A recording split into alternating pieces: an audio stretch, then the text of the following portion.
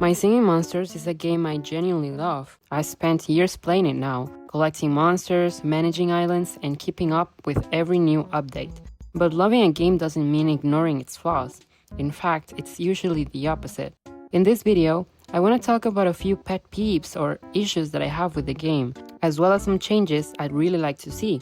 Without further ado, let's get into the video.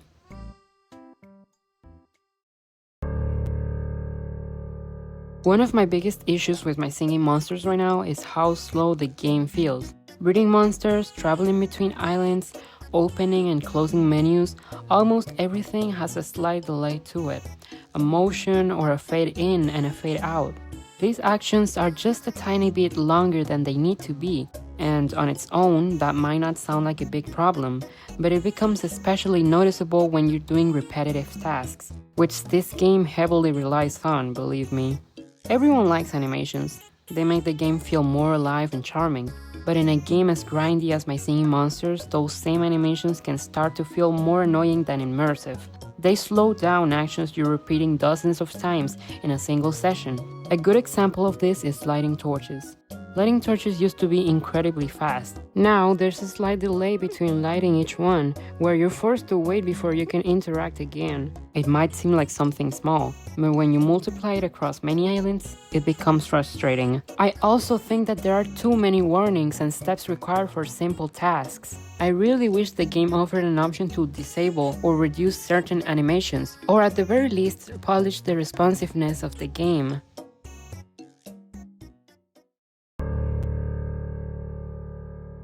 I feel like this has already been talked about, but it still bothers me. A lot of players had to delete huge portions of their friend list, and not even by choice. On top of that, you can't even visit someone's islands unless they add you back, which just makes everything more restrictive. Say you want to hear the full song of an island you have not completed yet, so you add MPG to check his island out, But you just can't do that anymore. And it's a shame because you used to be able to. For a game like my Singing Monsters, 200 friends is just not enough. Think about Wish and Torches. The whole point of them is that other players light them for you to boost your breeding chances. The more friends you have, the more torches get lit, and the more you can help others too. But with such a low friend cap, that entire system becomes way less effective.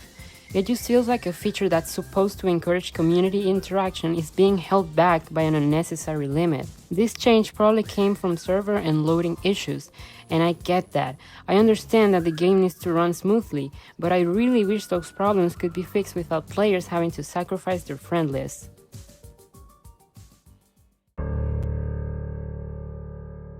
Another thing I want to talk about is that I've kind of noticed the pattern with a lot of newer editions, especially islands, and it's that the breeding and hatching times are just insanely long. Most of them are like 24 hours at minimum, and some go all the way up to 2 full days just to breed and incubate a single monster. And these are common monsters too, like I don't even want to think about what a rare could take. And I can't help but feel like those times are being inflated on purpose to push people toward buying diamonds and skipping waiting times. And look, I get it. The game is free and the developers need to make money, that's only fair. But at the same time, completing these islands becomes painfully slow and really expensive if you're not spending money. One of the things I like the least is having to feed monsters all the way to level 18, used to teleport them to places like Magical Nexus or Paranormal Carnival. And it doesn't stop there. For Magical Nexus, you also have to pay millions of coins and in some cases even diamonds.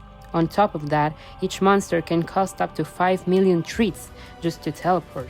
The monster handlers have said this is because they want players to take their time, especially with Nexus. But honestly, level 18 just feels like overkill. I think level 15 is just fine. And this isn't just in this case, it's everywhere. You want the epic Wobbucks on Ethereal Island? Cool, just get all 15 epic Ethereals. Easy, right? Rare Wobbucks on Wobbling Island? Sure, just zap 100 rare monsters. Gold Island epic Wobbucks? Yeah, don't even think about it. Adult Celestials? You're better off not even trying. And maybe that's the point. Maybe these things are meant to be late game achievements and not something new players should even think about yet. And that's fine to an extent, but it still makes me wonder, are we ever going to get a cheaper island? Something with shorter breeding times? I don't know, but I do know that mirror islands are overpriced, especially the magical ones. If you happen to buy Mirror Bone Island at full price, it will take more than 2 years just to make your money back using mini mines alone. 2 years. And that's assuming that you're collecting every single day. Doesn't feel balanced at all to me. And then there's the newer sales, which have sparked a lot of discussion. This all started during last anniversary month, with those weird pick one jamboree costumes. And I'm gonna be honest, they're not that great. But then we got the paid anniversary pack with the mammoth costume, Bill. And yeah, it's funny, I guess. But is it $20 funny? I don't know about that. Since then, they've been adding a lot of microtransactions to the game, and honestly, that was still nothing compared to the Glutton calendar. And when people first saw it, myself included, we all thought, oh cool, a free daily reward thing for the community. And then nope, 22 days, 22 different offers, all real life money only. And I can confidently say every single one of them was overpriced. I appreciate that the monster handlers have been experimenting lately. I like that they're trying new mechanics and switching up how you obtain monsters on newer islands. That's not the problem. The problem is that I kinda miss the roots of the game. I miss the original system. You buy 4 single element monsters from the market, you breed them, and from that you naturally work your way up to doubles, triples, and quads. Simple and satisfying. Now every new island feels like it has its own rulebook. Instead of just breeding monsters, you're feeding them to level 15 or 18 just to teleport them somewhere where they just kind of sit there, or you're just filling massive inventories by sapping eggs, wildcards, flex eggs? What the hell does any of this mean? Or breeding teleported monsters with one single element monster just to make songs that are entirely made up of doubles. Mythical. And then there's Ethereal Workshop. You are tuning meeps that can get cheaper or expensive depending on the day, then synthesizing them, and you better pray that your 40 SB attempt doesn't just convert every single meep you've gathered over multiple days or weeks into plasma meeps, because the success rates on that island are insanely low, but somehow it gets even better. The islets. I genuinely hate the islets from a gameplay standpoint. First of all, you need an ethereal quad just to unlock an islet, unless you feel like paying hundreds of thousands of shards instead. And getting a quad is already hard enough, but sure, let's say you were prepared. Then, you disharmonize the quad into monsters with fewer elements. Then, you disharmonize those monsters into monsters with even fewer elements. And eventually, you're left with a bunch of duplicated singles and doubles that disharmonize into absolutely nothing. And then it hits you, you just wasted all that time, and now you need to spend another week trying to get another quad from Ethereal Workshop because the Dish Harmonizer is a broken RNG mess. What really bothers me is how little control you have. You cannot choose what monsters you want to get, it's all random. You might complete an entire song with one quad if you're lucky, or you might run out of a specific element and be forced to teleport another quad, which literally happened to me. Oh, when you want the cool looking exclusive primordials, yeah, no. The chances are so low that you can spend months trying to get one and still fail. And the wishing mechanic is almost useless, it barely helps, and just makes this harmonizing more expensive. I think you get my point. The game has gotten way too complicated in my opinion. If you like it, I'm happy for you. I just want a new island where you can just read. No teleporting, no dishwashing, no synthesizing, no sapping, just breeding monsters and building a song.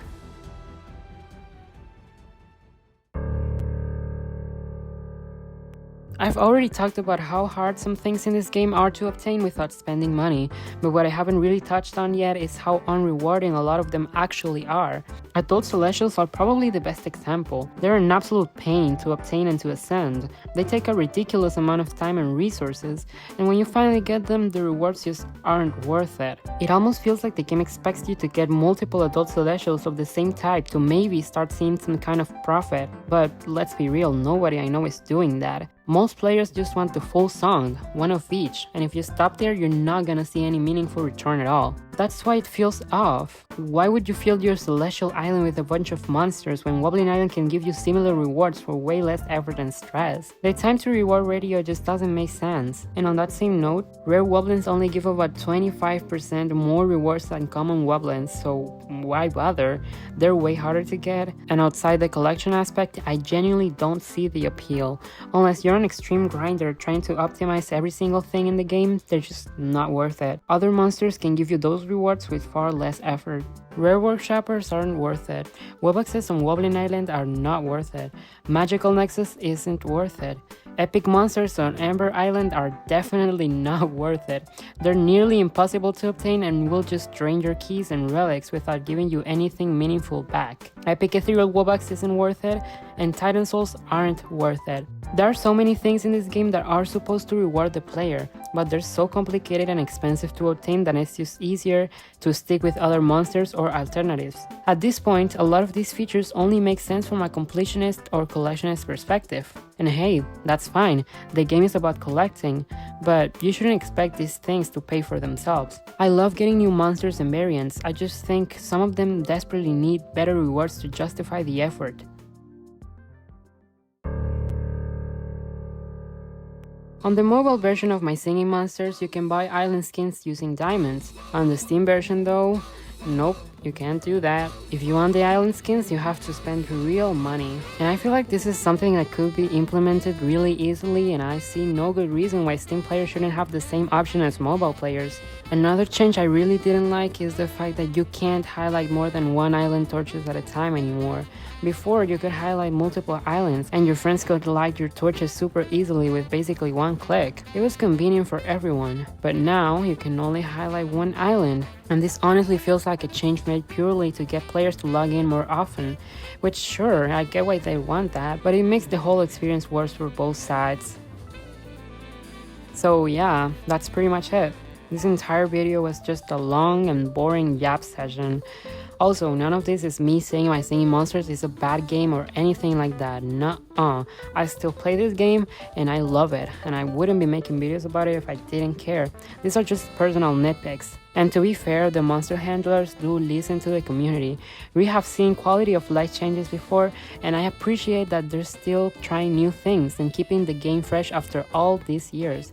Truly, truly respect. But yeah, if you agree with any of my opinions or disagree with all of it, let me know in the comments. I'd love to hear your thoughts. And as always, like and subscribe, and I'll see you on the next one.